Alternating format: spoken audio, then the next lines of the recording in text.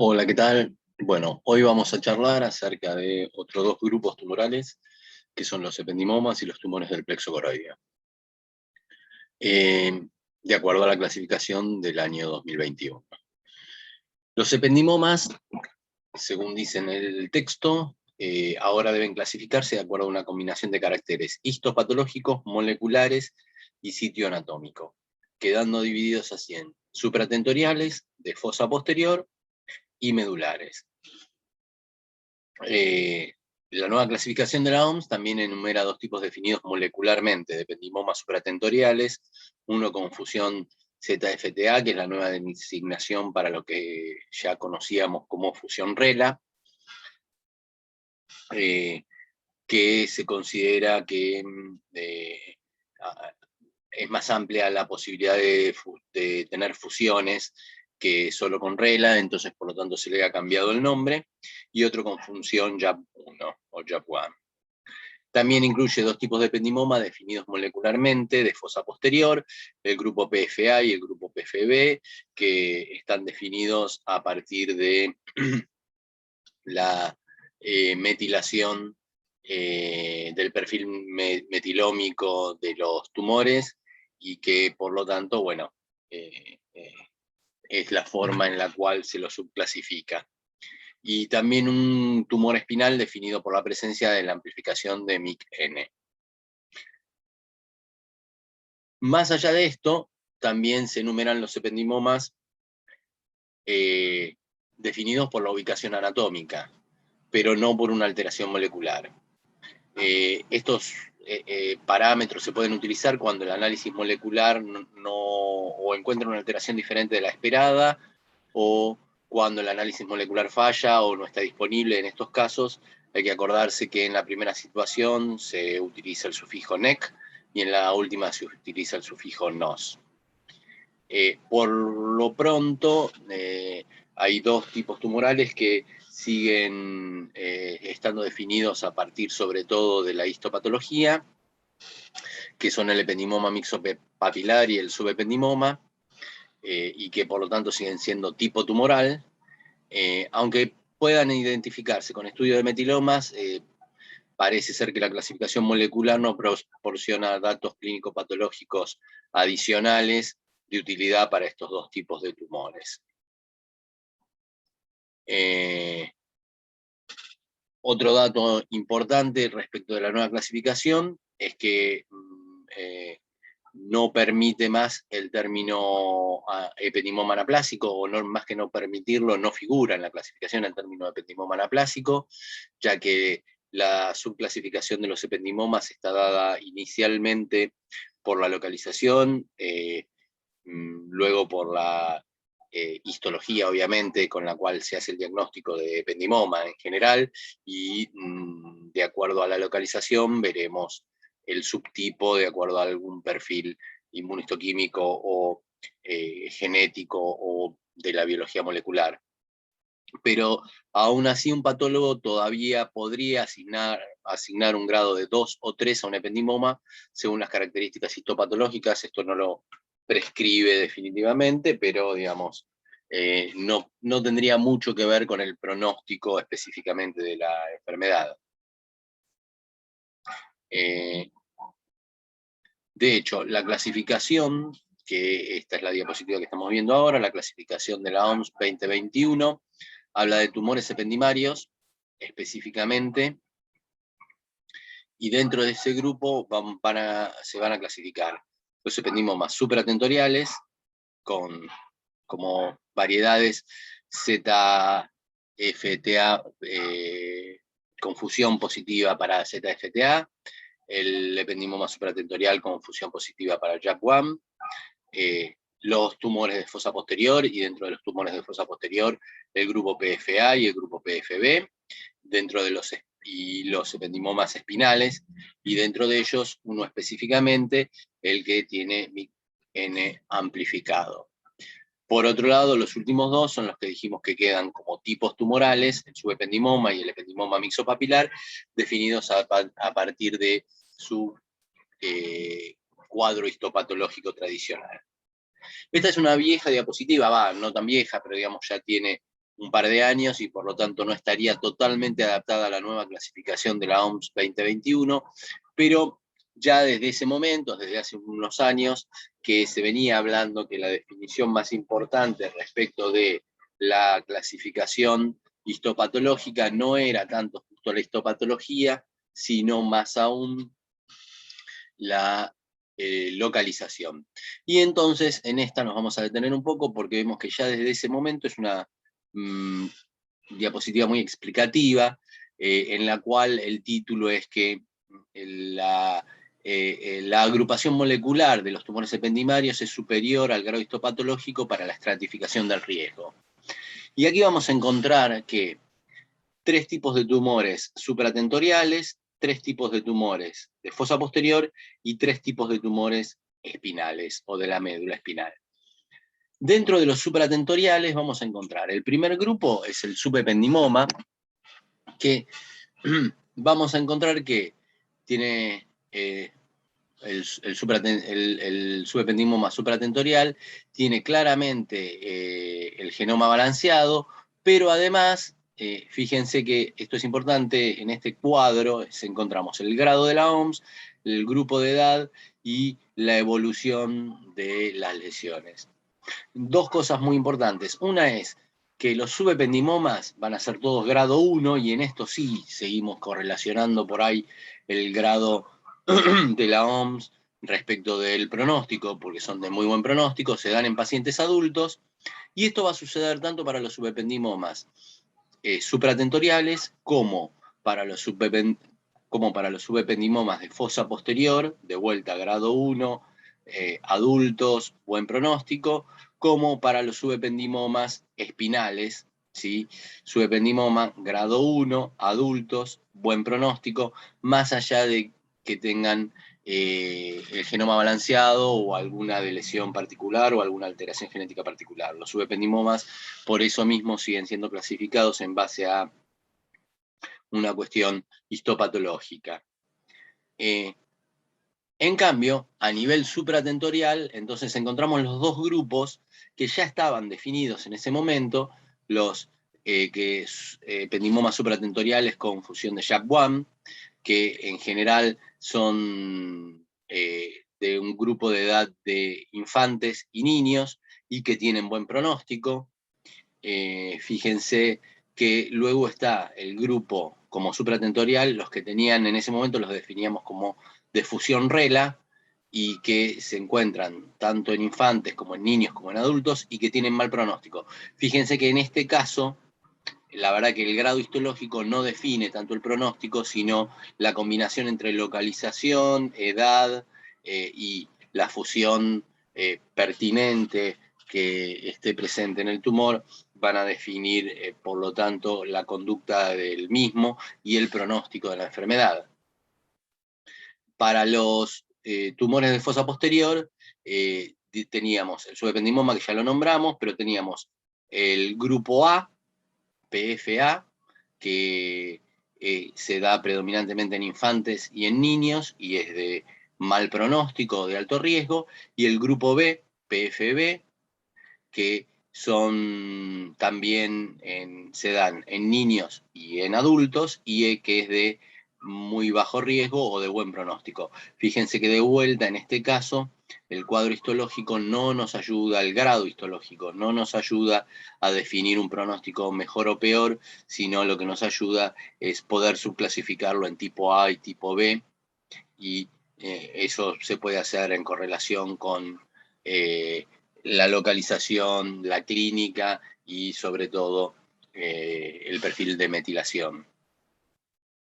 Finalmente, dentro de los espinales, vamos a encontrar a los subependimomas, que ya los nombramos, vamos a encontrar un tumor más que sigue siendo definido por el cuadro histológico, que es el ependimoma mixopapilar, pero que ha cambiado, y en esta última clasificación, en vez de grado 1, es grado 2, o se dispone como grado 2, que ocurre en adultos y que es de buen pronóstico, y que más allá de que sea buen pronóstico, se lo considera grado 2 porque tiene un índice de recidiva tumoral que no permitiría llamarlo verdaderamente benigno, grado 1.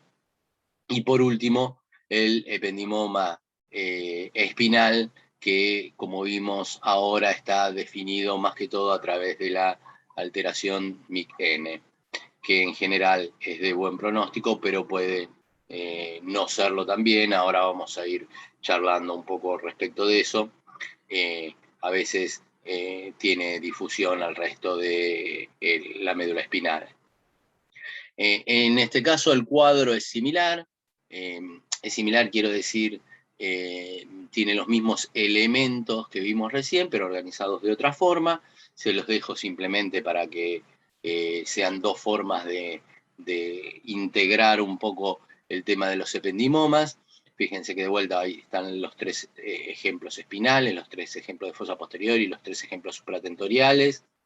Acá con las localizaciones por ahí hay algún poco mayor de especificidad respecto de las localizaciones del subependimoma, que es si es espinal es predominantemente superior, del mixopapilar, que es predominantemente caudal, y del ependimoma común espinal, que es a lo largo de toda la médula. Pero bueno, eso ya también lo vamos a nombrar en la descripción de cada uno de estos dos tumores.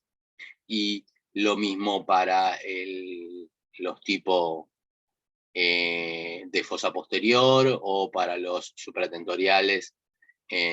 Acá no hay especificidad respecto de el tipo histológico, porque como dijimos antes, más allá de que está mostrándonos qué tipo de tipo histológico es más común en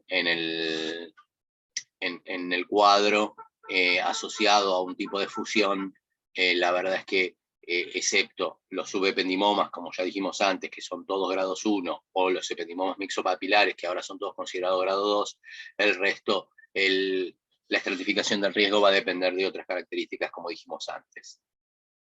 Una de las cosas que hay que nombrar, que es muy interesante como dato nuevo, es que en este trabajo, publicado en Acta Neuropatológica y en muchos otros trabajos más, se habla de la expresión de H3K27 trimetilado, un factor epigenético que está en correlación, tiene una correlación, tiene un rational, digamos, porque está relacionado con el patrón de metilación CGP, pero esto puede ser visto, la expresión de H3K27 trimetilado puede ser visto por inmunomarcación. Entonces sería una especie de subrogante para subclasificar, sobre todo los tumores de fosa posterior, como PFA, grupo A o grupo B. De hecho, lo que está bastante demostrado es que la expresión de H3K27 trimetilado está perdida en la mayor parte de las células tumorales o en la mayor parte de los tumores del grupo A, mientras que está conservada en los del grupo B. Esto significaría que la pérdida de expresión del H3K27 trimetilado es además un factor de mal pronóstico independiente de todo lo demás, porque digamos, los estudios han demostrado eso también, que puede dividir al grupo A y el grupo B, y además que per se es un factor de mal pronóstico, ya que en general lo que hace es, la pérdida de expresión es ubicar a los tumores dentro del grupo A, que es dentro del grupo que tiene peor pronóstico. Una de las cosas que hay que nombrar, bueno, acá tenemos otro cuadro que habla de supervivencia libre de enfermedad y supervivencia general, o digamos, posterior al diagnóstico del tumor, en meses después del diagnóstico, y fíjense que la diferencia es muy clara entre los del grupo B y los del grupo A, ¿sí? Ese trabajo demuestra una diferencia muy clara entre la supervivencia a largo plazo entre el grupo B y grupo A en tumores, en ependimomas de fosa posterior, y no tanto así entre los que tienen fusión RELA y no la tienen, ¿sí? Más allá de que está considerado que los ependimomas supratentoriales que tienen fusión RELA son de peor pronóstico. Dos datos importantes Y por acá, este último cuadro que vuelve a decir lo mismo, pero agrega en comentarios 2 datos que realmente para nosotros son muy interesantes y muy importantes. El primero es que, bueno, dentro de los supratentoriales, y acá ya dejamos de lado el subependimoma y dejamos de lado el ependimoma mixopapilar, porque son las lesiones que van a ser clasificadas, dijimos, por la histopatología común. Entonces, localización supratentorial, 2 grupos, el de fusión JAP y el de fusión RELA, o ahora con el nombre levemente cambiado. La edad, infantes y niños, infantes y adultos. Acordarse que dijimos que el de la fusión RELA se suponía que era el que tenía peor pronóstico, o por lo menos eso es lo que se describe, es el que tiene peor pronóstico. Muy importante, por inmunohistoquímica, la fusión RELA, y esto lo hemos escuchado de nombrar en algunas clases, e inclusive lo hemos leído en algunos trabajos también, y este trabajo lo toma y ya lo define, serían positivos para ciclina D1 y para L1CAM. Es decir, hay un subrogante de la fusión RELA, que es la ciclina D1, que permitiría, por inmunohistoquímica, analizar o por lo menos incluir en ese grupo de peor pronóstico a los tumores que tuvieran positividad para ciclina D1 y o L1CAM. Los de fosa posterior, que dijimos que de acuerdo al grupo de metilación será el grupo A o el grupo B. El grupo A que era en infantes, en niños pequeños, que tienen un mal pronóstico y que por inmunohistoquímica, entonces esto es muy importante, tienen una pérdida de la expresión del H3K27 trimetilado y por lo tanto sería de vuelta un subrogante inmunohistoquímico para poder definir el grupo de metilación. Y en cambio el grupo B retiene la expresión de H3K27 trimetilado y por lo tanto es de mejor pronóstico, y en general se da en niños mayores de 5 años, y también se puede dar en adultos.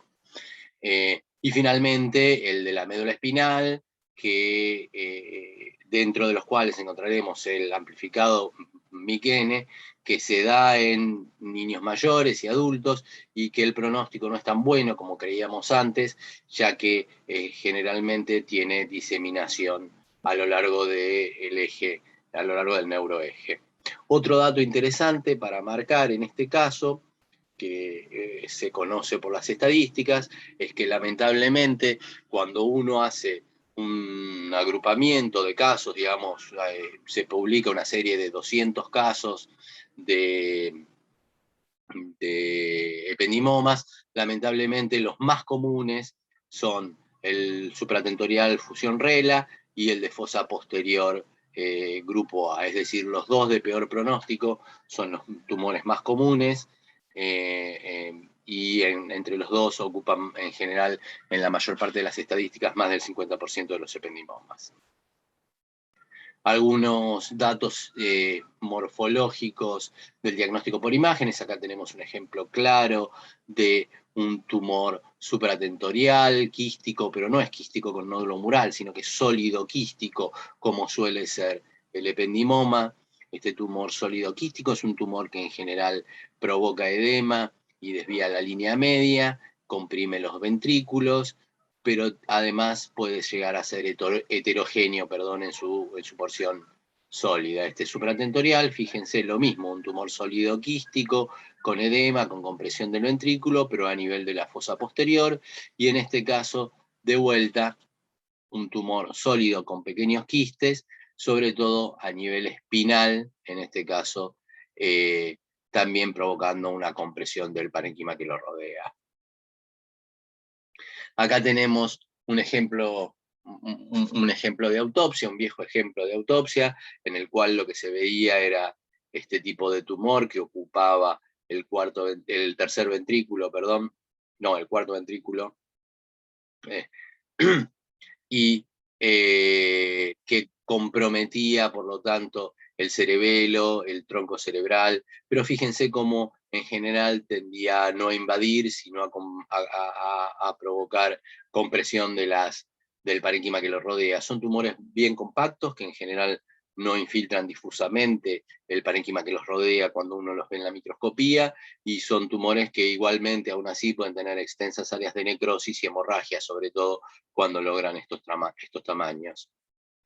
Morfológicamente tienen una característica típica, vamos a ir nombrando otras, pero morfológicamente en la histología tiene una característica típica, que es la formación de pseudorosetas, es decir, un eje vascular, perdón, vamos a ir para atrás, es decir, un eje vascular, y ese eje vascular rodeado por un área en la cual no se hallan núcleos, y luego de esa área que libre de núcleos, la presencia de los núcleos de las células ependimarias, a veces como configurando una pequeña empalizada. A toda esta estructura la vamos a llamar pseudoroseta ependimaria, y esta pseudoroseta ependimaria es una característica bastante típica de todos los tipos de ependimoma. Vamos a nombrar los que sean la excepción, y es la característica que nos permite ir a buscar las otras características que terminen de configurar el diagnóstico de un ependimoma. Dentro de esas otras características, vamos a ver que hay distintos tipos morfológicos, ¿sí?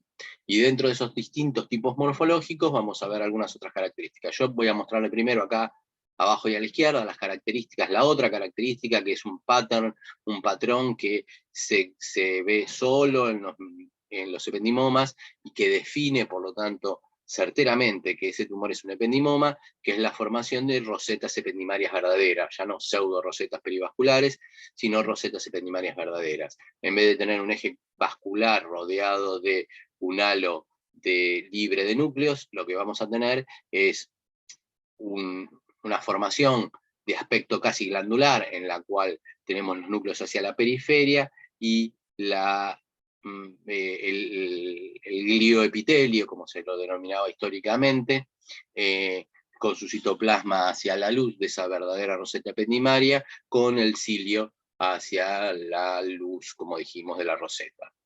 Pero además de esta formación de rosetas ependimarias verdaderas, tenemos múltiples patrones morfológicos de ependimoma, y dentro de esos patrones morfológicos de ependimoma, los más comunes que vamos a ver son el papilar, en el cual estas pseudorosetas ependimarias se despegan de otras pseudorosetas, entonces da un patrón de tipo papilar, digamos, con un eje conectivo vascular y células ependimarias alrededor.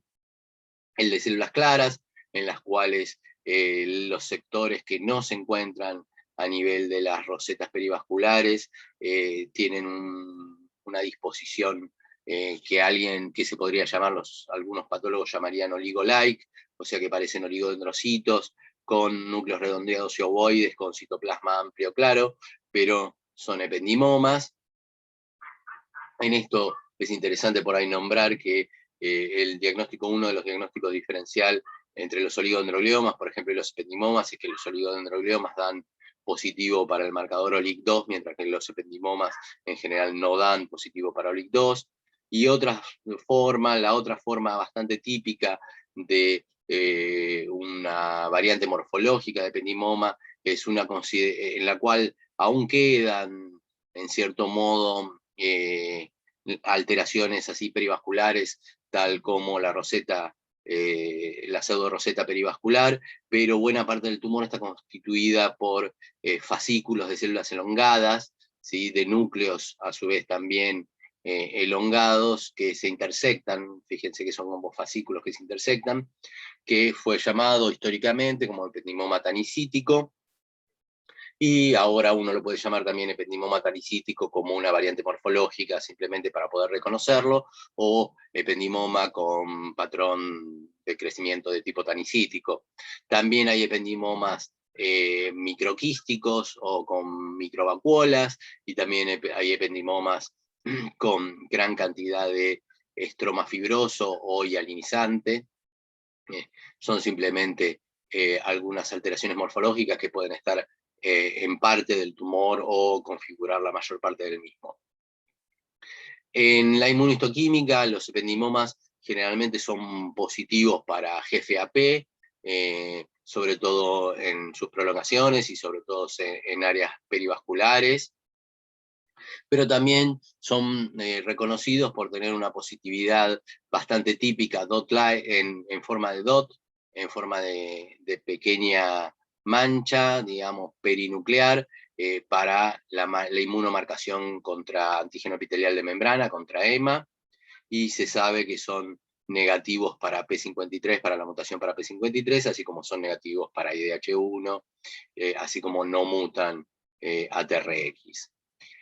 Como dijimos antes, y sobre todo si habíamos dicho que el cuadro histológico no definía la estratificación de riesgo, y aún así hay que nombrar que hay ependimomas que por lo tanto pueden tener distintos cuadros histológicos, ya como vimos recién, pero además pueden tener zonas menos densas, con menor celularidad, y zonas con mayor celularidad o con mayor atipía nuclear. E inclusive respecto de la densidad celular, fíjense cómo vamos variando desde lo que veíamos antes a estas zonas con mayor densidad, en las cuales aún así se puede ver, si uno busca las pseudorosetas periependimarias, a zonas con muchísima mayor densidad, en las cuales igualmente, si uno las va a buscar a mayor aumento, ve las rosetas, las pseudorosetas perivasculares, las pseudorosetas ependimarias perivasculares, pero van a ser tumores con mucha mayor densidad celular. De hecho, es la variedad que morfológicamente uno denominaría ependimoma celular, respondiendo que al día de hoy son todas variedades morfológicas, ni siquiera son tipos tumorales. El tipo tumoral es el ependimoma. Aún así, a mayor aumento, estas zonas de alta densidad nuclear, por lo tanto de alta densidad celular, pueden tener vasos, y pueden tener vasos con hiperplasia microvascular, como en gliomas de alto grado, pueden tener áreas de necrosis, e inclusive de necrosis así con un cierto patrón en empalizada, pueden tener mitosis muy evidentes, y hasta pueden tener células que parecen células en anillo de sello.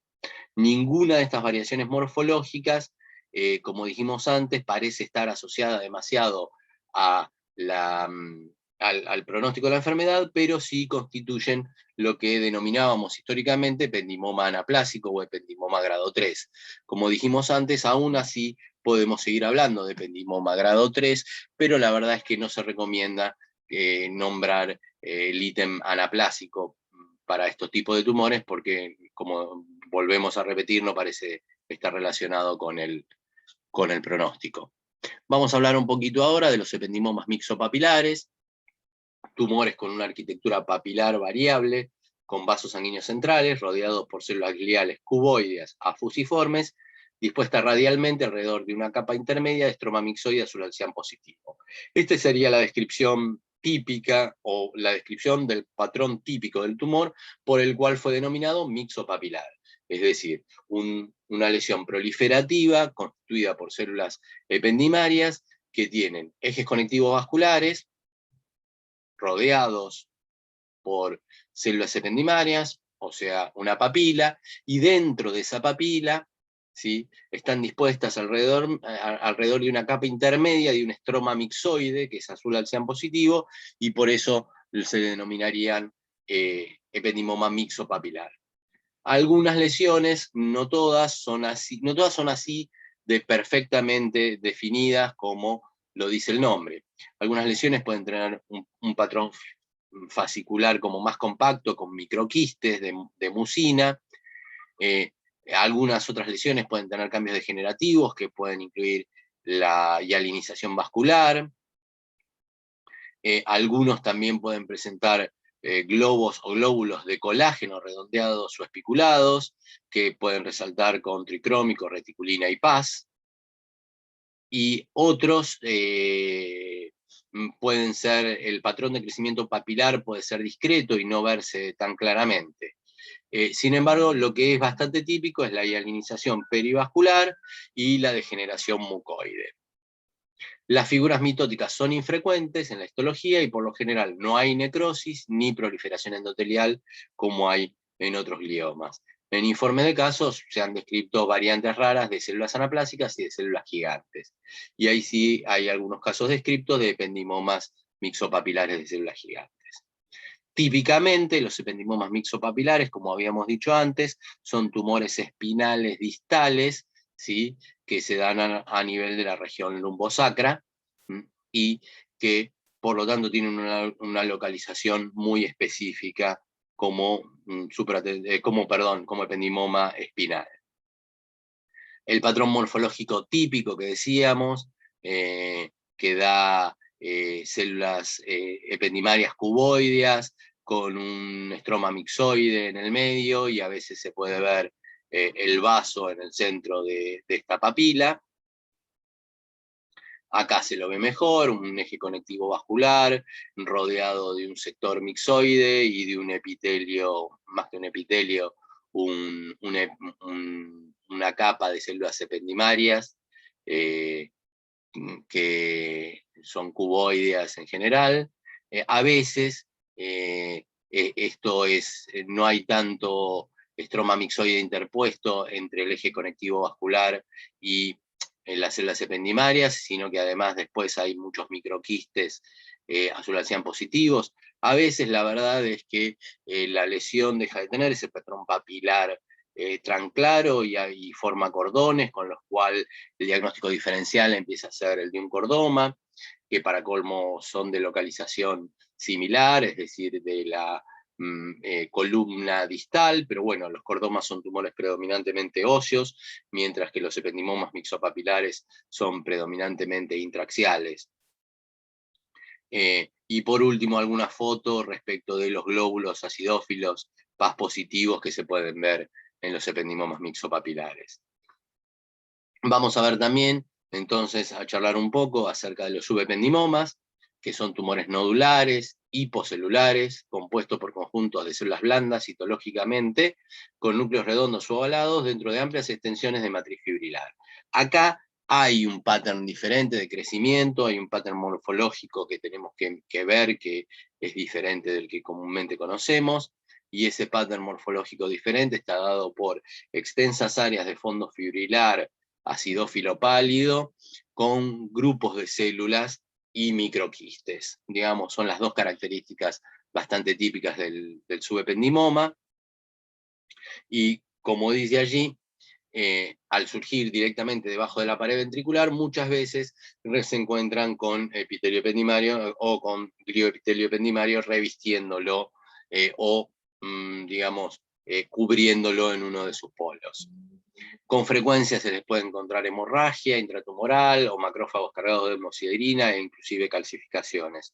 Son tumores de bajo grado, por definición son tumores grado 1, y la verdad es que históricamente uno los consideraba como tumores que uno los encontraba en la autopsia porque no daban, los encontraba por un hallazgo en una autopsia porque en general no dan ningún tipo de sintomatología. Más allá de eso, es notable que el hecho de que entre el 5 y el 20% de los subependimomas albergan focos de ependimoma clásico o incluso anaplásico, y que cuando esto sucede, cuando el porcentaje de tumor clásico o anaplásico es mayor al 10%, estas lesiones deben ser clasificadas como ependimoma, subependimoma, como tumores mixtos, y ser graduada obviamente de acuerdo al de peor pronóstico. A acordarse lo que decíamos antes, que faltan las rosetas ependimarias, faltan los canales ependimarios, faltan las pseudo rosetas perivasculares, pero tampoco tienen ni actividad mitótica significativa ni proliferación endotelial, y es raro encontrarles necrosis. Algunas fotos nos van a mostrar lo que decíamos antes: tumores bien delimitados, subependimarios, que están constituidos en su mayor superficie por un fondo fibrilar acidófilo, y dentro de ese fondo fibrilar acidófilo inmerso en él, grupos de células de núcleos ovoides o elongados, ¿sí? Sin una disposición clara ni de roseta vascular, ni de roseta ependimaria verdadera, ni de pseudo roseta perivascular. Lo que sí se ven son los microquistes, grupos de vuelta de células, y acá lo vemos a más aumento. Microquistes, grupos de células ependimarias, microquistes, ¿sí? Para ir definiendo, en contraste con la clasificación anterior, como ya dijimos, El ependimoma mixopapilar es ahora considerado grado 2 de la OMS en lugar de grado 1, ya que la probabilidad de recurrencia es similar al de otros astrocitomas grado 2 o de un ependimoma espinal convencional. Las variantes papilar de células claras y tanicíticos ya no se enumeran como subtipos de ependimoma, sino que son patrones morfológicos en la descripción. Y si bien existe una larga controversia respecto de la reproductibilidad y utilidad de los grados en los tumores ependimarios, que se le ponga un grado sigue siendo una práctica clínica establecida por el momento, así que más allá de que esto no tenga particular relación con el pronóstico, como venimos repitiendo desde un principio. Vamos a ver un caso, paciente de 18 años, de sexo masculino, con cefaleas desde hace 6 meses, náuseas y vómitos desde hace 15 días. Vamos a ver el diagnóstico por imágenes y la anatomía patológica. En el diagnóstico por imágenes lo que vemos es claramente una lesión claramente infratentorial, centrada a nivel ventricular. Fíjense en otro corte, fíjense en otra foto del diagnóstico por imágenes, una lesión que refuerza de vuelta, una lesión nodular, pero sólido-quística, con áreas quísticas, que refuerza con el contraste y que se encuentra a nivel de la fosa posterior, sobre todo a nivel ventricular. En el aplastado intraquirúrgico lo que uno puede ver son sectores en los cuales se ven formaciones como rosetoides, vamos a nombrarlas así, en las cuales uno claramente ve la celularidad, y esa celularidad está configurada por células de núcleo ovoide o redondeado regular, la verdad que sin demasiada atipía, con alguna anisocariosis, pero sin atipía marcada. A mayor aumento se ve exactamente lo mismo. Y otros sectores que sí muestran cierto grado de atipía y muestran más fácilmente un eje vascular, en el cual además se encuentra rodeado por este tipo de células con un patrón. Esto es bastante típico de los ependimomas en los aplastados y en los extendidos, que tengan un eje vascular y por fuera de ese eje vascular, colgando de ese eje vascular, células que tendrán o no atipía. En este caso en particular, este sector, lo que estamos viendo es que tiene algunas células ya con marcada atipía nuclear, o con inclusive hasta uno podría nombrar pleomorfismo, y no sabemos si esto que estamos viendo acá arriba es una mitosis. En los cortes histológicos lo que pudimos ver en este caso era evidentemente la presencia de una configuración de un tumor sólido, de un tumor que no parece estar infiltrando el parénquima que lo rodea, o más que todo de un tumor compacto. En ese tumor compacto lo que vemos es que está distribuido muy claramente, formando pseudorosetas perivasculares. A mayor aumento se ven mejor, se ven claramente estas pseudorosetas perivasculares con esta área desprovista de núcleos alrededor de los vasos. Y a mayor aumento aún vemos esto, áreas fibrilares desprovistas de núcleos, y alrededor estas células que se parecen mucho a las que vimos con los núcleos redondos o ovoides de cromatina laxa, sin demasiada atipía, que vimos en el primer aplastado. A mayor aumento se pueden ver estas células levemente elongadas de citoplasma acidófilo, y como dijimos recién, con poca atipía.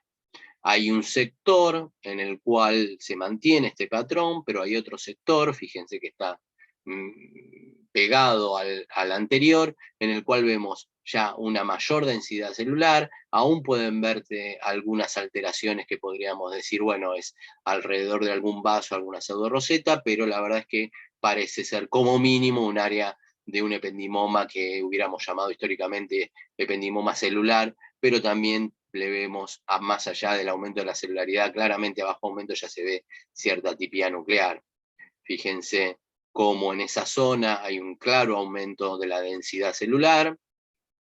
Ese claro aumento de la densidad celular está acompañado de cierto grado de atipía nuclear, formando inclusive en los lugares donde podemos encontrar las pseudorosetas perivasculares, aún esas células que están adheridas al vaso sanguíneo muestran bastante atipía nuclear.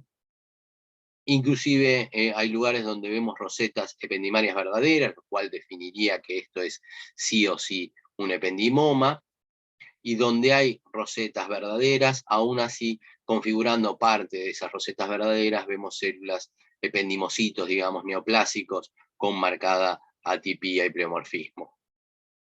Lo volvemos a ver acá, también formando una roseta verdadera, con células marcadamente atípicas, que además muestran claramente un aumento del índice mitótico, mitosis, apoptosis, mitosis atípicas, áreas pleomórficas o células con núcleos pleomórficos a mayor aumento, y áreas directamente de necrosis con compromiso de la lesión tumoral y de los vasos intratumorales. Acá vemos a mayor aumento las áreas de necrosis tumoral. En la inmunomarcación, el tumor fue positivo difuso para GFAP. Fíjense que acá tenemos de vuelta un vaso que da negativo, pero como alrededor la roseta, la pseudoroseta perivascular da predominantemente positiva para GFAP. De vuelta lo mismo, la GFAP, la pseudoroseta perivascular, digamos, positiva para GFAP, pero la positividad para GFAP es difusa en el tumor. Acordarse que son negativos para OLIC2, un marcador de diferenciación glial, digamos, que puede dar tanto en los astrocitos como en los oligodendrocitos. El Ki67 en el área de mayor densidad celular y de mayor atipía, la verdad que es un Ki67 elevado. Y el H3K27 trimetilado está conservado, ¿sí? Y por lo tanto no se ha perdido su expresión. Entonces el informe de esta lesión sería ependimoma de fosa posterior, grupo B, grupo PFB, con un patrón morfológico de ependimoma, con un grado de la OMS, si se lo queremos poner, grado 3, es lo que anteriormente llamábamos ependimoma anaplásico, y con esta información molecular en la cual podemos decir que el IDH es negativo, el TRX fue positivo, digamos, porque no estaba mutado y porque está conservado en los núcleos, el EGFR fue negativo, el P53 fue negativo, y sobre todo que el H3K27 fue positivo por inmunomarcación, por lo tanto el tumor no perdió la expresión nuclear de ese inmunomarcador, lo cual lo coloca dentro del grupo grupo B y el grupo de mejor pronóstico de los tumores de fosa posterior. Vamos a ir ahora con el segundo grupo de tumores que vamos a tomar en esta charla, que son los tumores del plexo coroide.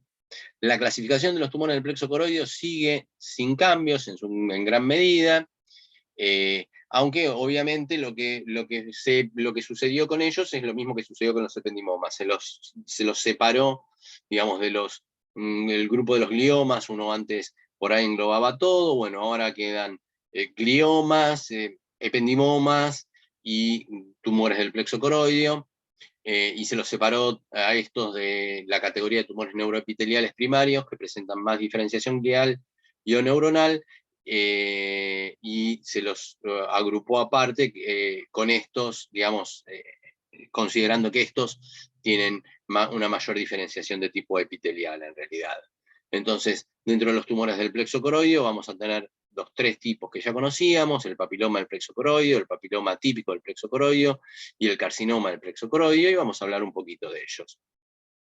Acordarse de que son poco frecuentes en edad adulta, representan el 5% de los tumores cerebrales infantiles y hasta el 20% de los que ocurren durante el primer año de vida.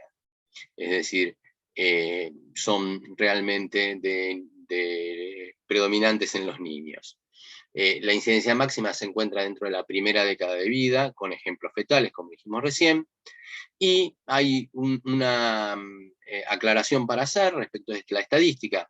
Mientras que los papilomas son 5 veces más frecuentes que los carcinomas del plexo coroideo, digamos, hay una gran cantidad de papilomas por cada... Los carcinomas del plexo coroideo son mucho más raros todavía. Hay que reconocer que la gran mayoría de los carcinomas del plexo coroideo ocurren en bebés menores de 3 años de edad. Es decir, las lesiones de mayor grado lamentablemente ocurren en los niños más pequeños. No existe una predilección de género en particular, y la mayor parte de los tumores son esporádicos. Algún pequeño número de casos son un componente de algún síndrome genético, como el síndrome de Aicardi, la enfermedad von Hippel-Lindau, el síndrome de Li-Fraumeni y el síndrome de tumores rhabdoides. Acá hay mucho texto, pero vamos a resumir un poco. Básicamente, ¿cómo está constituido un papiloma de plexo coroideo? Histopatológicamente, proyecciones papilares fibrovasculares cubiertas por una sola capa de epitelio cuboidal o columnar. Hay que hacer la diferenciación con el plexo coroideo normal. La diferenciación más importante con el plexo coroideo normal, la vamos a mostrar también en fotos, pero es que en las células del papiloma, las células se ven como fusionadas entre sí y a veces se ven como pseudoestratificados, digamos, los núcleos tienen una leve atipía, pero sobre todo la arquitectura de esa zona es diferente que en el plexo coroideo normal. En el plexo coroideo normal las células parecen estar separadas una de otra, ¿sí? Como configurando una reja, digamos, perdón, más que una reja, la parte de arriba de una baranda de madera, y podríamos llamar, algunos dicen que tienen esta disposición como en cabeza de tachuela, ¿sí? Con un área redondeada, exofítica hacia la luz. En las fotos se ve claramente cuál es la diferencia y cómo hay una diferencia entre el plexo coroideo normal y los papilomas del plexo coroideo. Las preparaciones citológicas también se ven como áreas papilares, con monocapas, sin atipía en los papilomas del plexo coroideo, y hay características que podrían ser notables, pero son muy poco comunes, que incluyen el cambio oncocítico, la degeneración mucinosa, la presencia de pigmento de melanina o la diferenciación ependimaria. También pueden tener cambios degenerativos, xantomatosos, calcificaciones y alinización de los vasos, etc., pero no necesariamente lo vamos a ver. Vamos a ver algunas fotos de el diagnóstico por imágenes, lesiones bien delimitadas, intraventriculares, que cuando uno las ve en la macroscopía recuerdan las lesiones papilares de otras áreas del organismo, es decir, tienen ese pattern tipo coliflor, digamos, un patrón en el cual se ven las lesiones papilares de distintas áreas del organismo.